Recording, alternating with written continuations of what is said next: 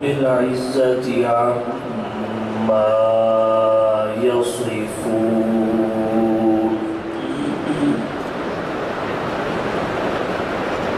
وسلام على المرسلين والحمد لله رب العالمين.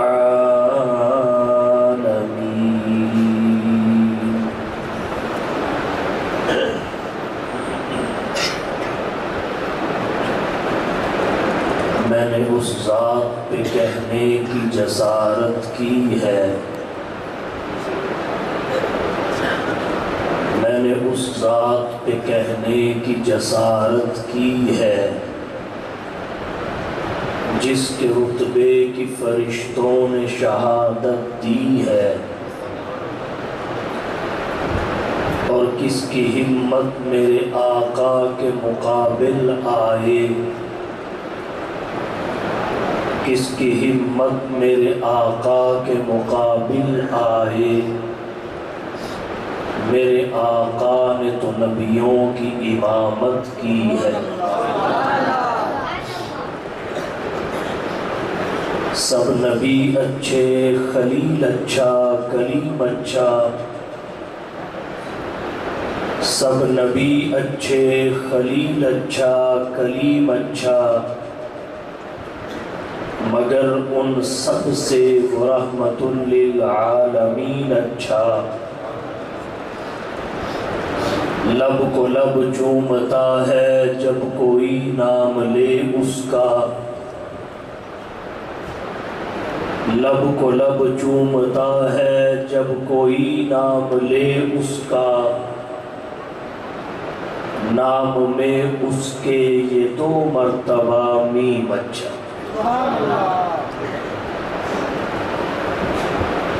انتہائی واجب الاحترام معزز علماء کرام، عزیز بھائیوں، دوستوں، بزرگوں، طالب علم ساتھیوں،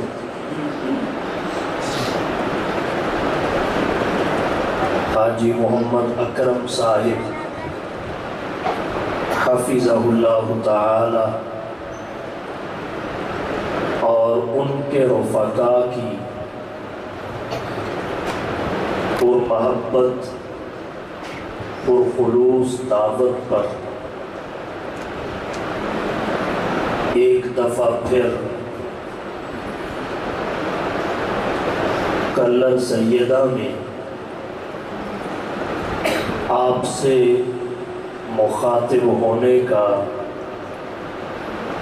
اعزاز اور شرف حاصل کر رہا ہوں۔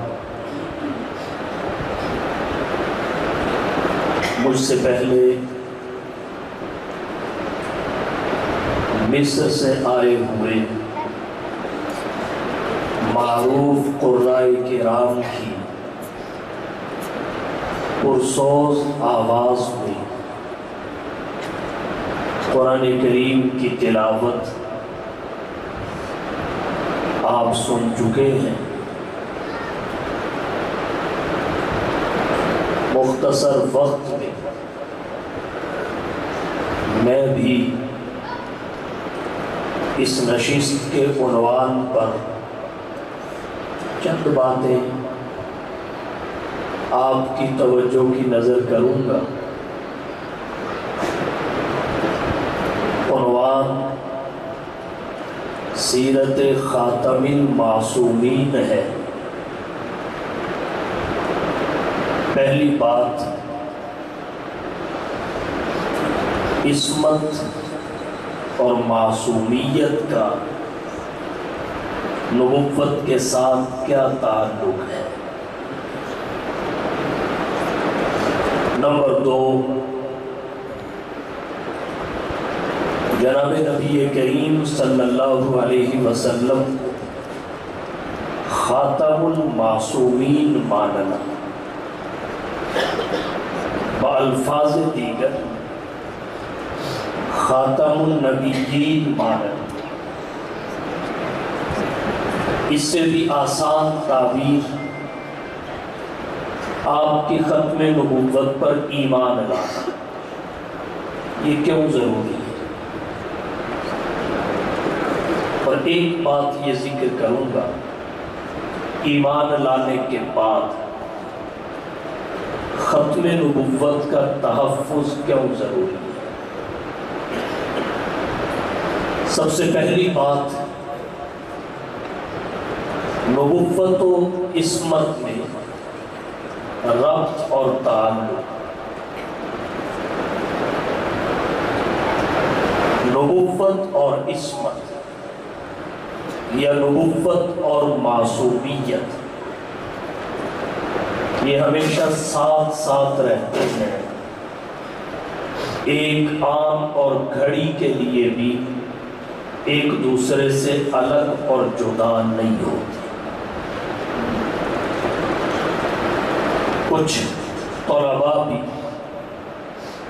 نظروں میں جم رہے ہیں، علماء بھی تشریف فرما ہے، آسان لفظوں آپ یوں کہہ لیں، نبوت اور معصومیت میں نسبت تساوی کی ہے، جیسے انسان اور ناطق میں نسبت تساوی کی ہے۔ جو انسان ہوگا وہ ناطق ہوگا، جو ناطق ہوگا وہ انسان ہوگا۔ بالکل اسی طرح اہل سنت والجماعت کے نزدیک جو نبی ہوگا وہ معصوم ہوگا، جو معصوم ہوگا وہ نبی ہوگا۔ عصمت لازمہ نبوت ہے، عصمت معصومیت نبوت سے جدا نہیں ہو سکتی۔ ختم نبوت کا انکار دو طرح ہو، اہل علم کی اصطلاح میں ایک کو انکار ختم نبوت صراحتاً کہتے ہیں، دوسرے کو انکار ختم نبوت دلالتاً کہتے ہیں۔ صراحتاً ختم نبوت کا انکار یہ ہے، حضور سرور کونین، ساقی کوثر، شافی محشر، آمینہ کے لال، محبوب رب ذوالجلال، صاحب الحسن والکمال کی تشریف آوری کے بعد کوئی شخص نبوت کا دعویٰ کر، یہ صراحتاً ختم نبوت کا انکار ہے۔ یا کوئی شخص اس مدعی نبوت دعوی نبوت میں سچا قرار دے، یہ انکار ختم نبوت صراحتاً ہے۔ اور دلالتاً کیا ہے؟ دعوی نبوت تو نہ ہو، بلکہ حضور صلی اللہ علیہ وسلم کے بعد پیدا ہونے والے کسی بھی شخص کے بارے میں یہ نظریہ رکھ لیا جائے کہ اس کے اندر وہ صفت پائی جاتی ہے جو انبیاء کے ساتھ پایا جانا لازمی اور ضروری، انبیاء کے جو امتیازی اوصاف ہیں، وہ صفات جو غیر انبیاء میں نہیں پائی جا سکتی۔ حضور کے بعد اگر ان صفات میں سے کسی صفت کو کسی اور میں مان لیا جائے، یہ بھی ختم نبوت کا انکار ہے، اسے دلالتاً کہتے ہیں۔ عصمت اور معصومیت یہ انبیاء کی انہی صفات میں سے ہے جو انبیاء کے ساتھ مختص ہے، ایک گھڑی کے لیے بھی ان سے جدا نہیں ہو سکتی۔ اب اگر کوئی شخص حضور کے بعد کسی کو نبی تو نہیں کہتا، مگر اس میں اس صفت کو تسلیم کر لیتا ہے جو غیر انبیاء میں پائی نہیں جا سکتی، یہ بھی ختم نبوت کا انکار ہے۔ وہ 4 میں مانی جائے، 10 میں مانی جائے، 11 میں مانی جائے، 12 میں مانی جائے، یہ بھی ختم نبوت کا انکار۔ اسے دلالتاً کہتے ہیں۔ اہل سنت والجماعت کے نزدیک عصمت یا معصومیت یہ لازمہ نبوت ہے، نبوت سے ہٹ کر کسی انسان میں نہیں پائی جا سکتی۔ اہل سنت والجماعت صحابہ کرام کو بھی محفوظ مانتے ہیں، معصوم نہیں۔ معصوم اور محفوظ میں فرق کیا ہے؟ معصوم اسے کہتے ہیں جو گناہ کر ہی نہ سکتا، کر ہی نہ سکتا، اور کر ہی نہ سکنے کی 2 وجہ۔ ایک وجہ تو یہ کہ اس کی فطرت، طبیعت اتنی مصفہ و مجلہ ہوتی ہے کہ وہاں گناہ کا خیال اور تصور بھی ناقابل برداشت کر ہی نہیں سکتے۔ دوسری وجہ یہ ہوتی ہے کہ وہ اللہ کی حفاظت کے پہرے میں ہوتا ہے، اللہ کی حفاظت کے پہرے میں ہوتا ہے۔ عصمت کا معنی بھی حفاظت ہے، محافظت ہے، پاک دامنی ہے، منع کرنا ہے انہی امور سے جو عصمت کے منافی ہے۔ ان 2 وجہوں سے جو معصوم ہوتا ہے وہ گناہ کر ہی نہیں سکتے۔ اہل سنت والجماعت کے نزدیک، فقہائے 4 کے نزدیک، علم الکلام کے ماہرین نے لکھا ہے نہ صغیرہ نہ کبیرہ۔ بعض کہتے ہیں جس صغیرہ ہو سکتا، اور دلیل میں کہتے ہیں خطأ اجتہادی یا خلاف اولا کا ارتکاب۔ بھئی یہ تو گناہ ہے ہی نہیں۔ اللہ نے امام الانبیاء صلی اللہ علیہ وسلم کی اتباع اور اطاعت کا حکم دیا، شریعت نے ان کے نقش قدم پر چلنے کی تعلیم مطلقاً، وہاں یہ استثناء نہیں کیا کہ فلانی چیز میں تم ان کی پیروی نہ کرو۔ ہاں کچھ اعمال ایسے ہیں ذات نبوت کے ساتھ مخصوص ہیں یا آپ سے صحبن ہوئے یا آپ کی طبیعت قرار پائے، ان کی چھانٹی ضرور ہے، لیکن اس وجہ سے عملی طور پر ان سے الگ رہنا نہیں ہے کہ وہ کسی گناہ کے زمرے کے آتے۔ تو معصوم اس سے نہ کبیرہ سرزد ہوتا ہے، نہ صغیرہ سرزد ہوتا ہے، نہ جان بوجھ کر سرزد ہوتا ہے، نہ بھول کر سرزد ہوتا ہے، نہ اپنی مشیت اور ارادے سے سرزد ہوتا ہے، نہ کسی کے جبر اور اکراہ سے سرزد ہوتا ہے۔ زلیخا نے تو پورا زور لگایا تھا، وہاں لے گئی تھی جہاں اس کے سوا دیکھنے والا بھی کوئی نہیں تھا، لیکن پتہ نہیں تھا کہ جس کے لیے اتنا تکلف کر رہی ہو اسے اللہ نے معصوم بنایا، اسے اللہ نے معصوم بنایا۔ ناکام تو معصوم گناہ کر ہی نہیں سکتے۔ 2 وجہ سے میں نے ذکر کی، محفوظ میں گناہ کرنے کی صلاحیت ہوتی ہے، اختیار ہوتا ہے، کر سکتا ہے مگر کرتا نہیں، کر سکتا ہے مگر کرتا نہیں ہے۔ ہم تو حضور کے بعد صحابہ کو بھی محفوظ مانتے ہیں، تو صحابہ کے بعد والوں کی معصومیت کے کیسے قائل ہو سکتے؟ تو خاتم المعصومین یا خاتم النبیین معبر ایک ہے، تعبیریں 2، خاتم المعصومین یا خاتم النبیین، تعبیریں الگ الگ ہیں۔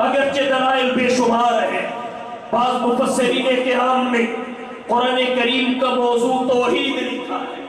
سارا قرآن دلیل ہے، لیکن اس کے باوجود اللہ کی توحید محتاج دلیل نہیں ہے. سید الفقہاء، امام الائمہ، سراج الامہ، تلمیذ الصحابہ، امام سواد اعظم حضرت امام اعظم ابو حنیفہ رحمہ اللہ کے حوالہ سے یہی بات ہماری فقہ کے اصول کی کتب میں موجود ہے کہ اگر کسی جگہ پہ کوئی نبی پیغمبر اور رسول نہیں آیا پھر بھی بندہ اللہ کی ذات کی معرفت کا مکلف ہے. اس کائنات کی مختلف اشیاء میں غور و فکر کرنے کی وجہ سے یہ ساری کائنات رب کے وجود کی دلیل ہے. تو عرض میں نے یہ کیا، اس وجہ سے عقیدہ توحید کسی نقلی دلیل کا محتاج نہیں ہے، اگرچہ دلائل بے شمار ہیں. بالکل اسی طرح نبی کی ختم نبوت کا عقیدہ بھی کسی دلیل کا محتاج نہیں ہے. دلائل اگرچہ اس کے بھی بے شمار ہیں. آپ کہیں گے کیسے بات سمجھ میں آئے؟ آسان لفظوں میں بازار میں کھڑے ہو جائیے، ہر آنے والے سے پوچھئے اللہ کا آخری نبی کون ہے. اگر وہ مسلمان ہوا یقیناً کہے گا اللہ کا آخری نبی محمد الرسول اللہ صلی اللہ علیہ وسلم ہے. پھر آپ اگلا سوال کیجئے آپ کے پاس دلیل کیا ہے؟ حسن ظن کی بنیاد پہ کہہ رہا ہوں. اگرچہ ہر کوئی دلائل بھی رکھتا ہو، لیکن ایسے افراد کی کمی بھی نہیں ہوگی جن کے پاس دلیل کوئی نہیں ہوگی. مطلب یہ ان کے علم میں، ان کے فہم میں، ان کی وکیبلری میں دلیل نہیں ہوگی، لیکن وہ پھر بھی کہیں گے آخری نبی محمد مصطفیٰ. تو پتہ چلا ختم نبوت کا عقیدہ محتاج دلیل نہیں ہے. اور پھر ایک مواصلت یہ بھی ہے، اگر کوئی شخص اللہ کی ذات کو مانتا ہو، اللہ کی صفات کو بھی مانتا ہو، ذات و صفات کو مان لینے سے ہی اس کو مومن قرار نہیں دیا جائے گا. یہ تو مشرکین مکہ بھی ایمان رکھتے تھے، اللہ کی ذات پہ بھی اللہ کی صفات پہ بھی. مومن کب قرار پائے گا؟ جب ذات و صفات میں وحدت کو تسلیم کرے. فقط اللہ کی ذات کو ماننے سے نہیں، فقط اللہ کی صفات کو ماننے سے نہیں، بلکہ اسے ذات میں اکیلا مانا جائے. تثلیث کا عقیدہ اڑ گیا. وہی مالک، وہی خالق، وہی مشکل کشا سب کا، وہی مالک، وہی خالق، وہی مشکل کشا سب کا، وہی ایک غوث اعظم ہے. یہی للکار دیتا جا، وہ جلتے ہیں تو جلنے دو، جو ہے توحید کے دشمن صدا وحدت کی گلی کوچوں میں دیتا. اگر اللہ کی ذات کو مانتا ہو، صفات کو بھی مانتا ہو، مگر ذات و صفات میں وحدت کا قائل نہ ہو، اسے قرآن کہتا ہے انما المشرکون نجس. انہیں خطاب کرتے ہوئے قرآن یا ایھا الکافرون کہے، یا ایھا المؤمنون نہیں. ذات و صفات میں وحدت کا ماننا موحد اور مومن ہونے کے لیے ضروری ہے. بالکل اسی طرح اگر کوئی شخص حضور کی نبوت اور رسالت کو مانتا ہو، بلکہ افضلیت کو بھی مانتا ہو، آپ نبی بھی ہیں، رسول بھی ہیں، نبی اور رسولوں میں افضل بھی ہیں، مگر آخری نہ مانتا ہو جسے ختم نبوت کہتے ہیں، یہ بھی مومن اور مسلمان نہیں ہو سکتا. جیسے مومن اور موحد بننے کے لیے اللہ کی ذات و صفات کے ساتھ ساتھ ذات و صفات میں وحدت کو ماننا ضروری ہے، ایسے ہی حضور کی نبوت و رسالت اور افضلیت کو ماننے کے ساتھ ساتھ ختم نبوت کو ماننا بھی ضروری ہے.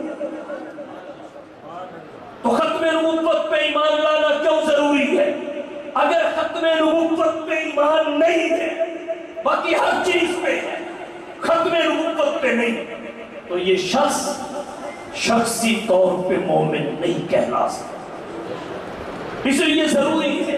ایک وجہ اور ذکر کرتا ہوں، ختم نبوت پہ ایمان لانا کیوں ضروری ہے؟ دین اسلام کی کاملیت کے اس بات کے ختم نبوت پہ ایمان لانا ضروری ہے. اگر حضور کے بعد کسی کی بھی نبوت کا دعویٰ تسلیم کر لیا جائے تو یہ دین کی کاملیت کو چیلنج ہے، اسلام میں ترمیم کی گنجائش ہے، جبکہ اللہ نے سورۃ المائدہ 6 پارے میں فرمایا الیوم اکملت لکم دینکم واتممت علیکم نعمتی ورضیت لکم الاسلام دینا۔ آیت تیسری وجہ کی جانب پڑھیے، کیوں ضروری ہے عظمت نبوت محمدی کے اثبات اور اظہار کے ختم نبوت پہ ایمان لانا ضروری ہے؟ اس کی تفصیل کیا ہے؟ اس کی تفصیل یہ ہے مصطفیٰ کی نبوت کی بہت ساری عظمتیں ہیں، جیسے ایک عظمت یہ ہے بانی دارالعلوم دیوبند حجت الاسلام والمسلمین قاسم العلوم والخیرات منبع فیوز و برکات صاحب آب حیات حضرت مولانا محمد قاسم ننوتوی رحمہ اللہ فرماتے ہیں حضور کی نبوت ذاتی ہے، دیگر انبیاء کو نبوت محمدی کے وسیلے سے ملی ہے تو فعل میں ملی ہے۔ جیسے یہ نبوت محمدی کی عظمت ہے، ایسے ہی غیر محدود ہونا بھی نبوت محمدی کی عظمت ہے۔ ہر نبی کی نبوت محدود ہے، زبان کے اعتبار سے محدود ہے، مکان کے اعتبار سے محدود ہے، افراد کے اعتبار سے۔ قرآن کہتا ہے اختصار کے ساتھ فقط آیات کی تلاوت پہ اکتفا کرتا ہوں، تفصیلات میں نہیں جانا چاہتا۔ اِلَى مَدْيَنَ أَخَاهُمْ شُعَيْبًا إِلَى ثَمُودَ أَخَاهُمْ صَالِحًا إِلَى عَادٍ أَخَاهُمْ هُودًا لَقَدْ أَرْسَلْنَا نُوحًا إِلَى قَوْمِهِ۔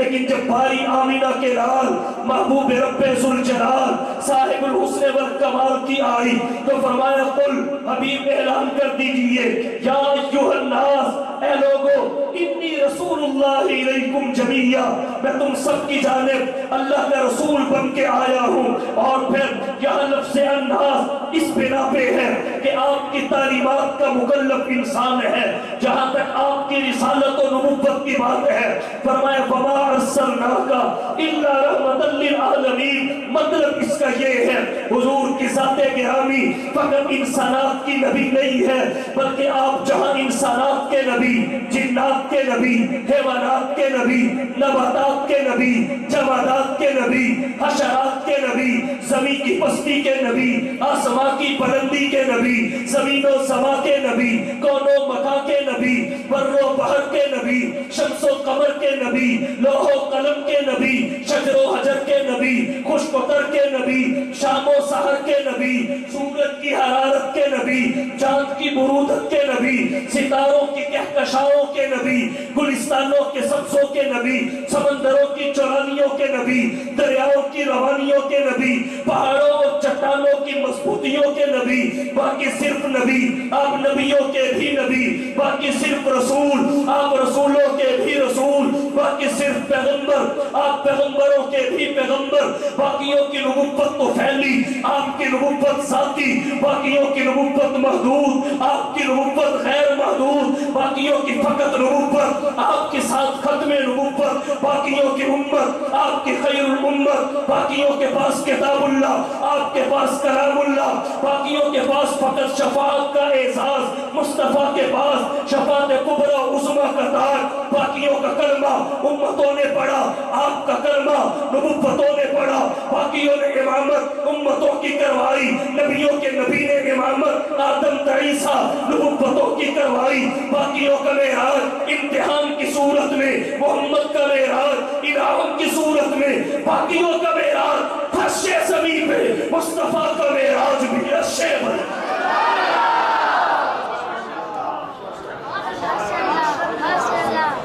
نبوت محمدی کے اثبات اور اظہار کے آپ کی ختم نبوت پہ ایمان لانا ضروری ہے، اور نبوت محمدی کی دیگر عظمتوں کے ساتھ ایک عظمت یہ بھی ہے جیسے رب کی ربوبیت کی کوئی حد نہیں، مصطفیٰ کی نبوت کی بھی کوئی حد نہیں۔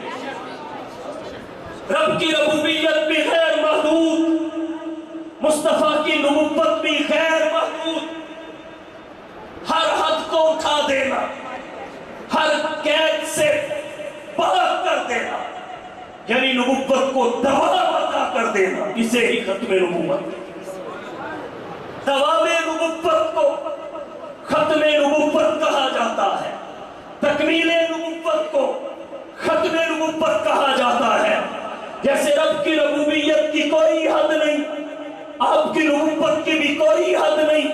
یا صاحب الجمال ویا سید البشر، یا صاحب الجمال ویا سید البشر، من وجهك المنیر لقد نفر القمر لا يمكن السراء كما كان حقه بعد از خدا بزرگ توئی، قصہ مختصر۔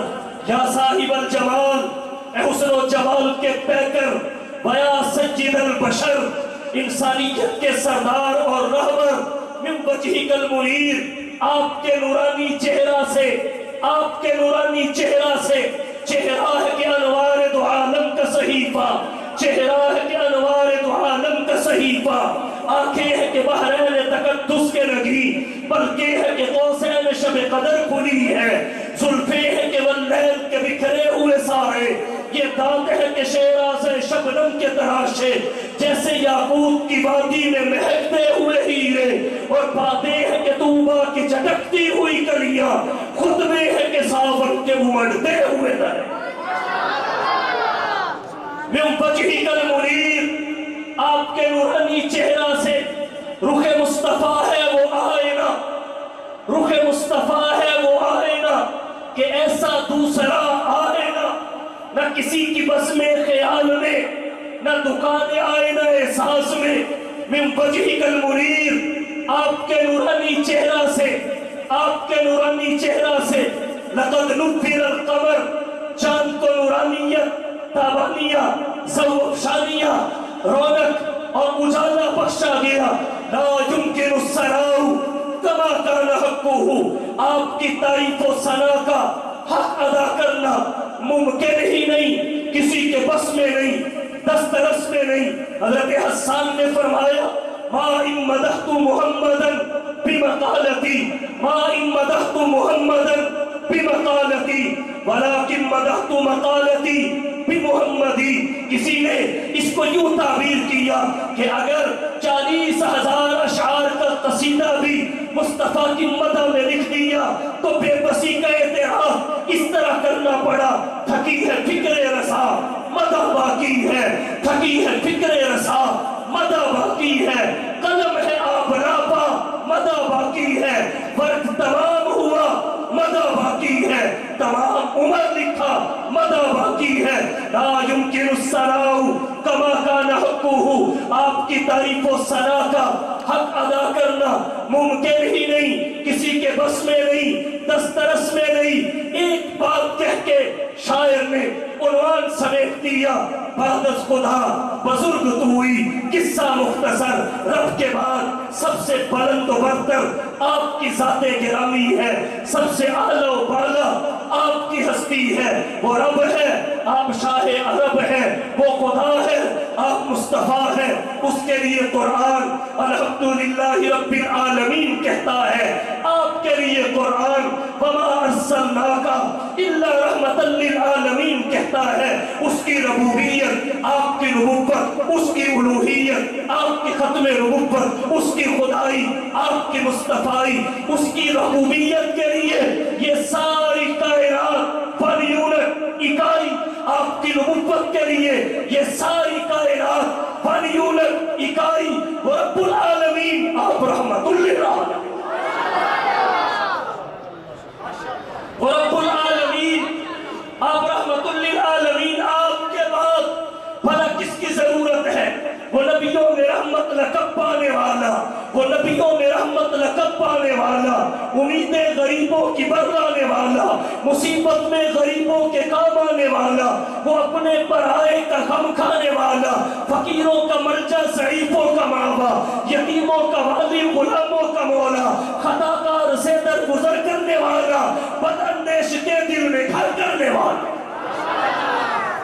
حضور کے بعد ضرورت کس کی ہے؟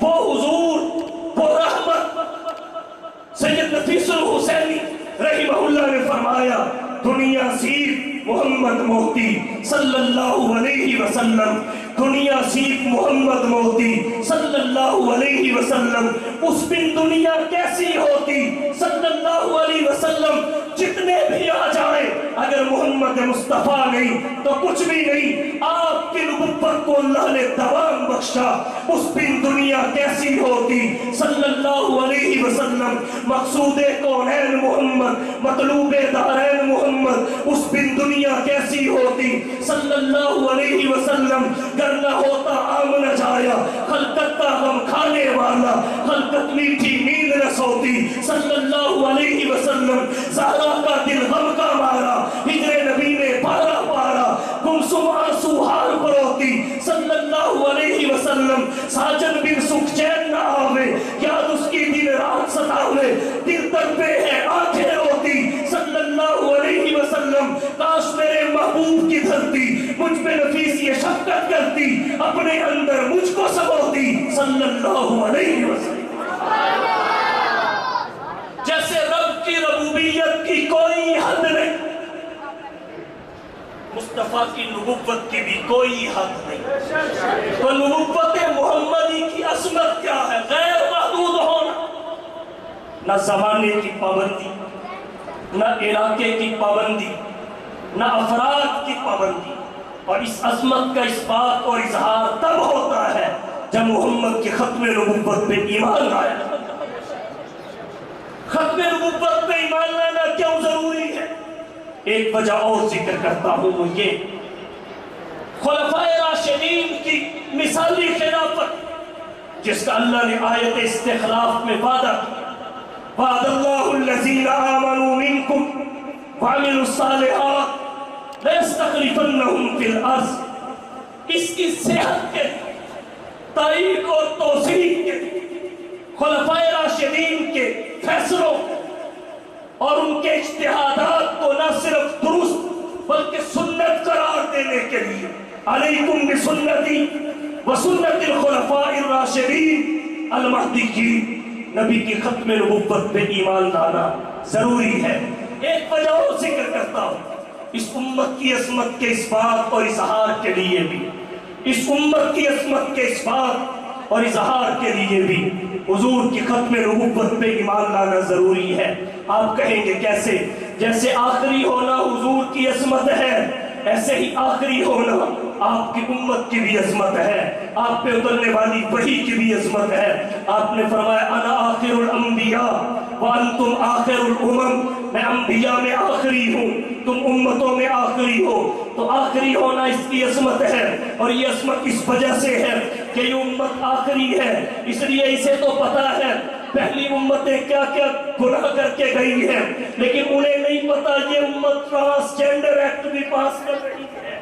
اسے تو پتا ہے پہلی امتوں نے کیا کیا گل کھلائے ہیں، لیکن اس کے بارے میں کسی امت کو خبر نہیں ہے، اگرچہ جرائم اس امت میں ان سے بھی بڑھ چکے ہیں، لیکن ان سے پڑتا ہے یہ اس وجہ سے کہ یہ امت آخری ہے اور یہ اس امت کی عظمت ہے۔ پہلی امتوں کا برزخ طویل ہے، اس کا برزخ طویل ہے، یہ اس امت کی عظمت ہے۔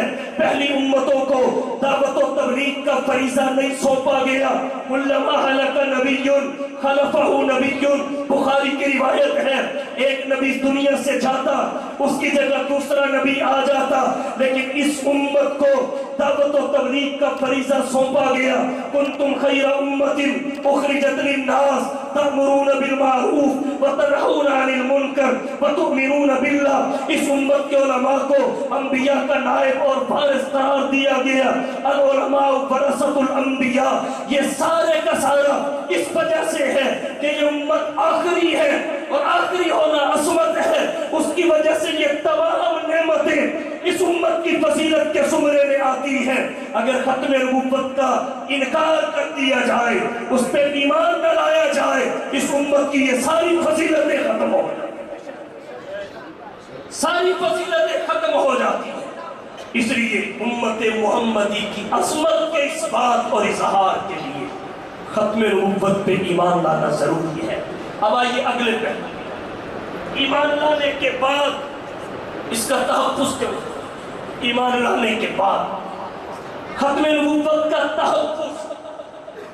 تحفظ بایمان حضور کی ختم نبوت پہ کسی کا دعوی نبوت اثر انداز نہیں ہو۔ تحفظ کا مطلب یہ کہ آپ کے ختم نبوت کے حوالہ سے اگر شکوک و شبہات ہیں ان کا ازالہ کیا جائے،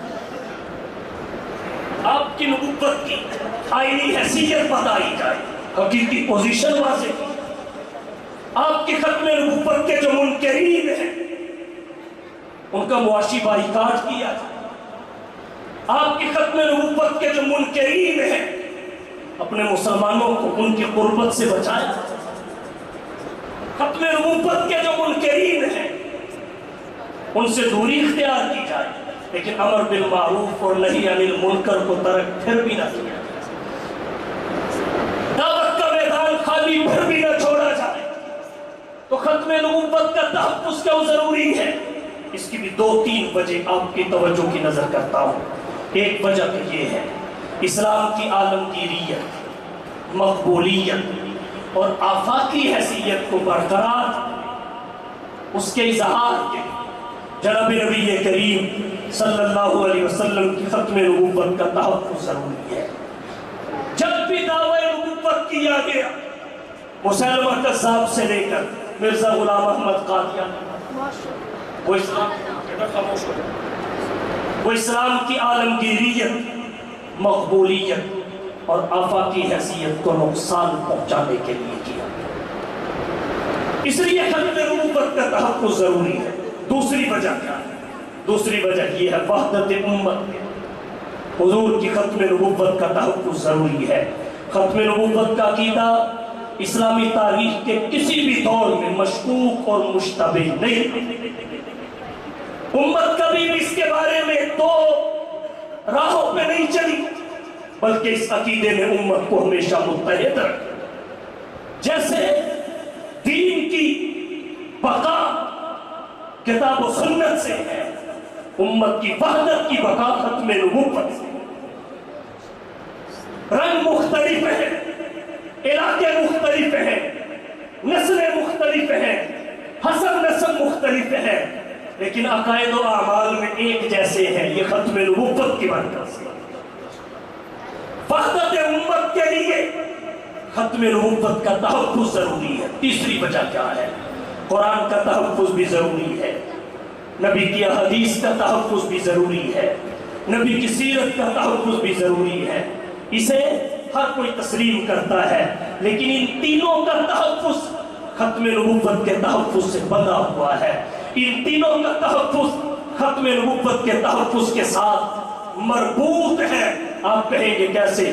انبیاء تو پہلے بھی تھے، رسول تو پہلے بھی تھے، کسی نبی اور رسول پہ اترنے والی وحی محفوظ نہیں، اقوال افعال اعمال ان کے بھی تھے لیکن کسی نبی کے محفوظ نہیں، سیرت و کردار ان کے بھی تھے کسی نبی کے محفوظ نہیں۔ صرف 26 کم و بیش انبیاء کے اسماء جو قرآن کریم میں آئے یا کسی کا نام حدیث کی کتاب میں آیا وہ محفوظ ہے۔ اللہ کے قرآن محمد کے فرمان کی برکت سے یا ان کی زندگی کے چند واقعات جو قرآن و سنت میں موجود اور مذکور ہیں وہی محفوظ اور مذکور ہے۔ اس کے علاوہ یہود و نصارہ کے پاس کوئی معتبر اور مستند ذخیرہ نہیں ہے، نام تک انبیاء کے اسماء تک محفوظ نہیں ہے۔ ان پر اترنے والی وحی، ان کی احادیث، ان کی سیرت و کردار کیسے محفوظ رہتے؟ کیوں؟ وجہ یہ تھی وہ نبی تھے، آخری نہیں تھے، ان کے پاس نبوت تھی، ختم نبوت نہیں تھی، اور ان سب چیزوں کی حفاظت نبوت کی وجہ سے نہیں ختم نبوت کی وجہ سے ہوتی ہے۔ ختم نبوت انبیاء میں فقط محمد مصطفیٰ صلی اللہ علیہ وسلم کے پاس ہے، تو آپ پہ اترنے والی وحی مکمل محفوظ ہے۔ آپ صلی اللہ علیہ وسلم کی حدیث خواہ وہ قولی حدیث ہو یا فعلی حدیث ہو یا تقریری حدیث ہو، وہ مکمل محفوظ ہے۔ آپ کی سیرت و کردار ایک ایک ادا مکمل محفوظ ہے۔ دنیا ششتر و حیران ہے، اس حد تک محفوظ، آپ کا بچپن کتابوں میں محفوظ، آپ کی جوانی کتابوں میں محفوظ، آپ کا بڑھاپا کتابوں میں محفوظ، اعطاء نبوت سے پہلے کے ایام کتابوں میں محفوظ، اعطاء نبوت کے بعد کے ایام کتابوں میں محفوظ، نبی کے اعتقادات، عبادات، اخلاقیات، معاملات، معیشت، معاشرت، طرز سیاست، اصول تجارت، نبی کا طرز حکمرانی، انداز جہاں بانی، نبی کا زہد و ورع، علم و حکمت، سخاوت و شجاعت، عدالت و شرافت، فہم و ذکاء، جود و سخا، بندہ نوازی، غریب پروری، انوارات و برکات، معجزات و مبشرات، غزوات و فتوحات، جلوت و خلوت، سیرت و صورت، سنت و شریعت، نبوت و رسالت، آپ کا حلیہ، چہرے کی حشاشت و بشاشت، فرحت و مسرت، وجاہت و ملاحت، لمعانیت، نورانیت اور لطافت، اللہ کے نبی کی 11 تلواروں کے نام، 7 زرہوں کے نام، 6 کمانوں کے نام، 5 نیزوں کے نام، 4 ڈھالوں کے نام، 2 خودوں کے نام، 2 میگزینوں کے نام، 3 اونٹنیوں کے نام، 7 گھوڑوں کے نام کتابوں میں محفوظ، اللہ کے نبی کے 21 سفید بالوں کی تعداد کتابوں میں محفوظ، نبی کے معقولات یعنی زندگی بھر کے کھائے ہوئے کا وزن 4 من 20 سیر کتابوں میں محفوظ، الغرض دھرتی کائنات پر واحد ہستی حضور سرور کونین، ساقی کوثر، شافی محشر، ہادی و رہبر، راحت العاشقین، شفیع المذنبین، رحمت للعالمین، آمینہ کے لال، محبوب رب ذوالجلال، صاحب الحسن والکمال، جناب محمد مصطفیٰ احمد مجتبیٰ، حبیب کبریاء، فخر الانبیاء، سید الورا، شمس الضحیٰ، بدر الدجا، رہبر و رہنما، لا یمکن السرا، مکین گنبد خضرا، بلغ العلا، کشف الدجا کی ہے کہ ولادت سے لے کر اعطاء رسالت تک، اعطاء رسالت سے لے کر ہجرت و نصرت تک، ہجرت و نصرت سے لے کر وفات و رحلت تک، جس کی ایک ایک ادا کو اللہ نے ہمیشہ ہمیشہ کے لیے محفوظ کرا دیا۔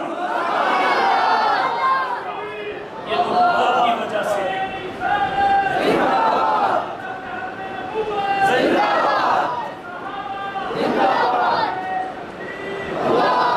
یہ نبوت کی وجہ سے نہیں، یہ ختم نبوت، ختم نبوت کی وجہ سے، اس لیے ختم نبوت کا تحفظ ضروری ہے۔ اور آخر میں مرزائیوں کو دعوت اسلام دیتا ہوں، آ جاؤ، اب بھی وقت ہے۔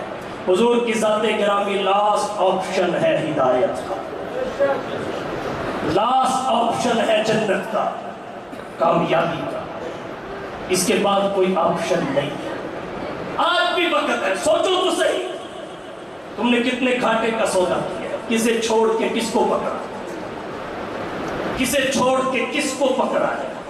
تم نے اس ہستی کو چھوڑا ہے، خلق کے سرور شافی محشر صلی اللہ علیہ وسلم، خلق کے سرور شافی محشر صلی اللہ علیہ وسلم، مرسل داور خاص پیغمبر صلی اللہ علیہ وسلم، نور مجسم نیر اعظم، سرور عالم مونس آدم، نو کے ہمدم خضر کے رہبر صلی اللہ علیہ وسلم، رہبر موسیٰ ہادی عیسیٰ، تارک دنیا شافع عقبہ، ہاتھ کا تکیہ خاک کا بستر صلی اللہ علیہ وسلم، راہ میں کانٹے جس نے بچھائے، کالی ندی پتھر برسائے، اس پہ چھڑکی پیار کی شبنم صلی اللہ علیہ وسلم، سب کے عوض دارو شفا دی، تان سنے اور نیک دعا دی، زخم سہے اور بخشا مرہم صلی اللہ علیہ وسلم، بحر سخاوت کان مربت، آئین رحمت شافی امت، مالک جنت قاسم کوثر صلی اللہ علیہ وسلم، دولت دنیا خاک برابر، ہاتھ کے خالی دل کے تبنگر، مالک کشور تخت افسر صلی اللہ علیہ وسلم۔ غور تو کرو کس کو چھوڑا ہے، جس کی آمد کی کائنات منتظر تھی، حالات منتظر تھے، واقعات منتظر تھے، یہود و نصارہ منتظر تھے۔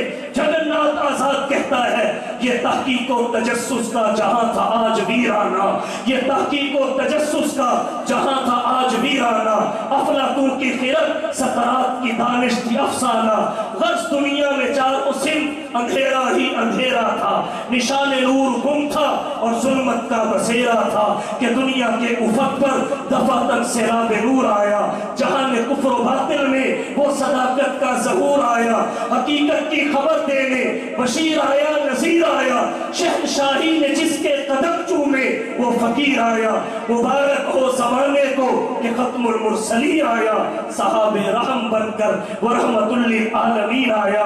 آپ کے آ جانے کے بعد کسی کی ضرورت نہیں ہے، جیسے سورج کے آ جانے کے بعد چاند اور ستاروں کی ضرورت نہیں رہتی، اسی لیے حفیظ صاحب نے کہا حضور آئے تو سر آفرینش پا گئی دنیا، حضور آئے تو سر آفرینش پا گئی دنیا، اندھیروں سے نکل کر روشنی میں آ گئی دنیا، ستے چہروں کا زنگ اترا، بجھے چہروں پہ نور آیا، حضور آئے تو انسانوں کو جینے کا شعور آیا، یتیموں اور ضعیفوں کو پناہیں مل گئی آخر، حضور آئے تو ذروں کو نگاہیں مل گئی آخر، خرد کی شمع افروزی خرد کی شمع افروزی جنوں کی چار فرمائی، زمانے کو اسی امید کے صدقے میں سمجھ آئی، ضمیر کر اس در سے نسبت میں رکھے لوہے پیشانی تو کشکول گدائی ہے چہ درویشی چہ سلطان۔